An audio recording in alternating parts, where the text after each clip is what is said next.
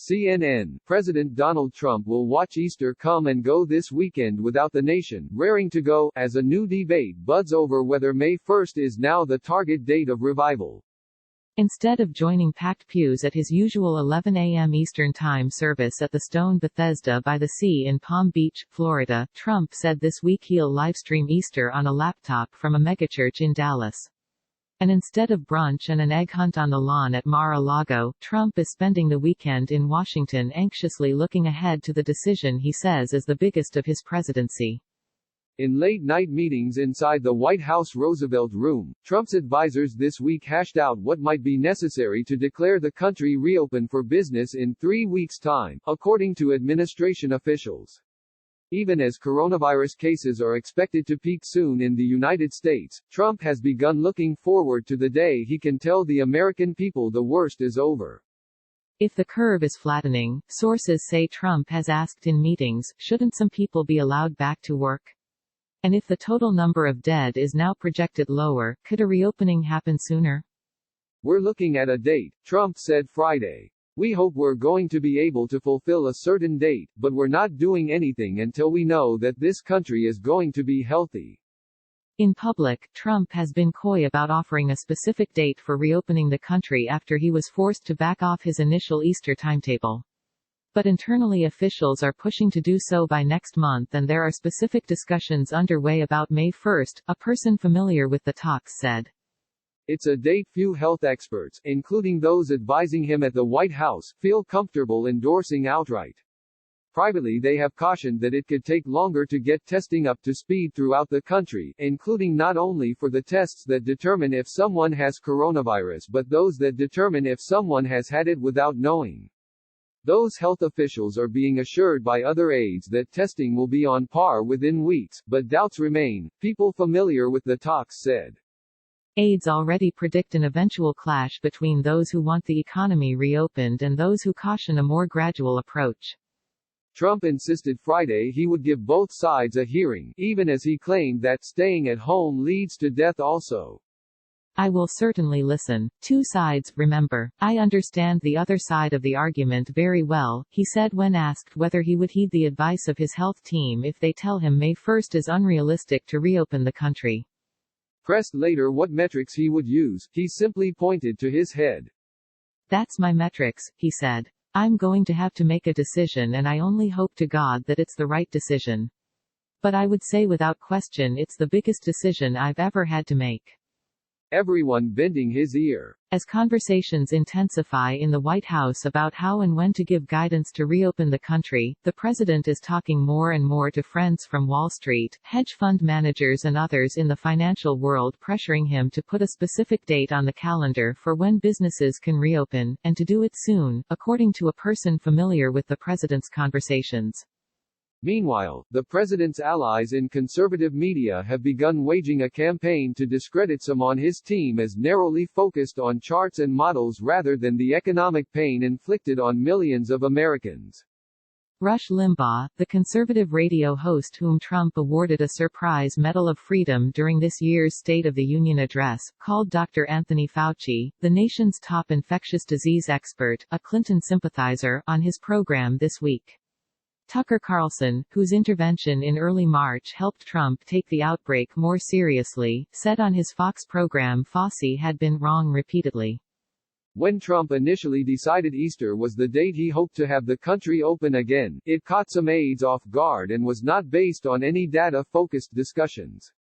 Officials, realizing it was unrealistic, slowly tried to get the president to back off that timeline by showing him models that projected thousands of dead and polling that showed Americans favored keeping the restrictions back in place. That was just an aspiration. That would have been incredible, Trump said this week. But I don't think we're going to be very far behind.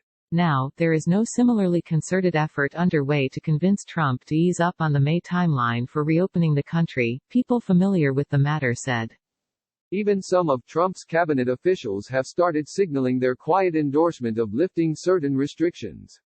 Attorney General William Barr called guidelines on social distancing draconian in an interview this week. Treasury Secretary Steven Mnuchin said he sees businesses reopening as soon as next month. The debate isn't necessarily falling along predictable lines. Some of Trump's longtime political advisors, both inside and outside the White House, are concerned about opening the country too soon, fearing a resurgence of infections and more calamity, people familiar with the matter said.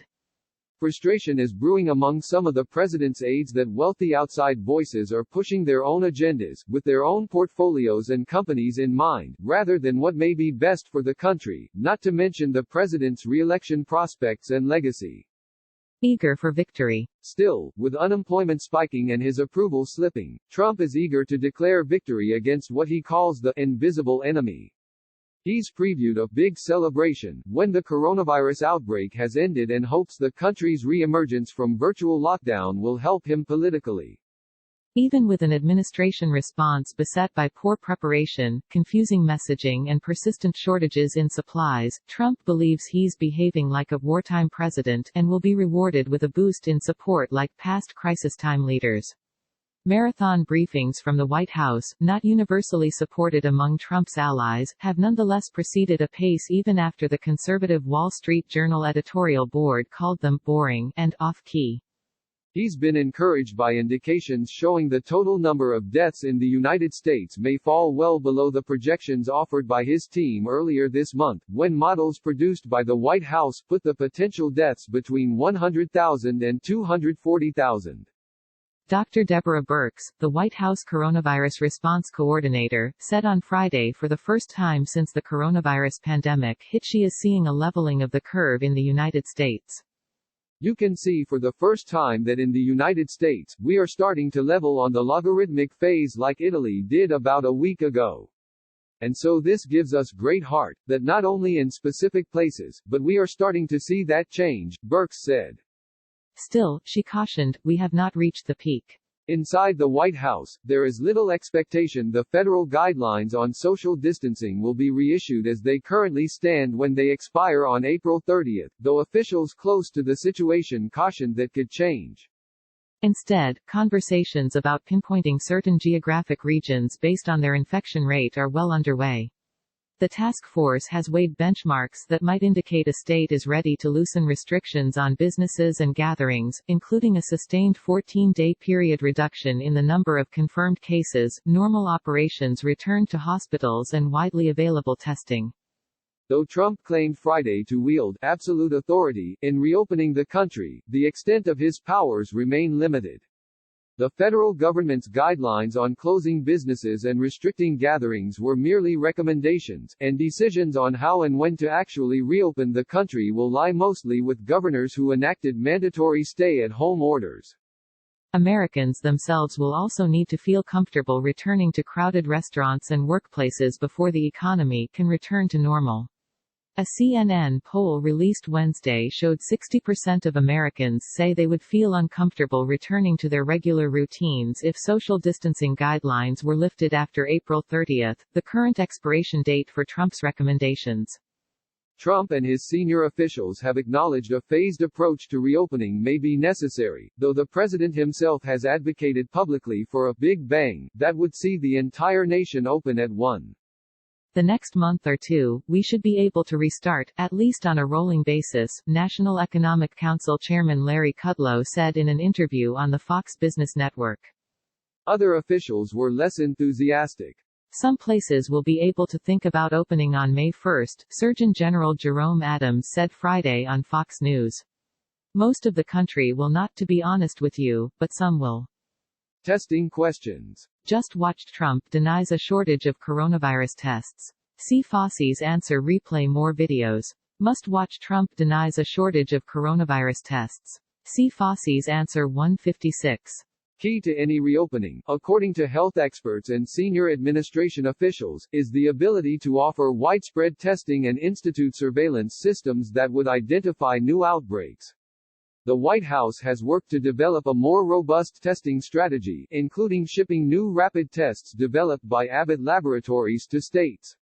Birx, the White House coronavirus response coordinator, pleaded with state health officials during a briefing on Tuesday to get their Abbott testing devices online.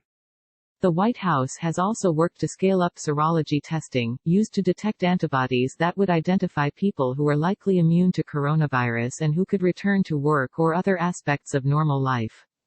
Fauci said Friday the idea of Americans carrying certificates of immunity to prove they have tested positive for the antibodies to the coronavirus might have some merit under certain circumstances.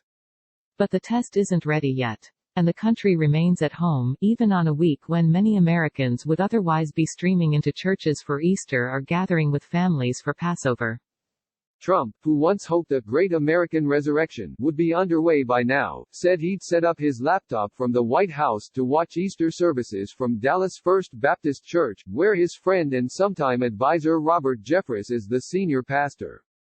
"I'm going to be with him watching on a laptop," Trump said Friday. "Doesn't sound good, but it's one of those things. It could not beat church."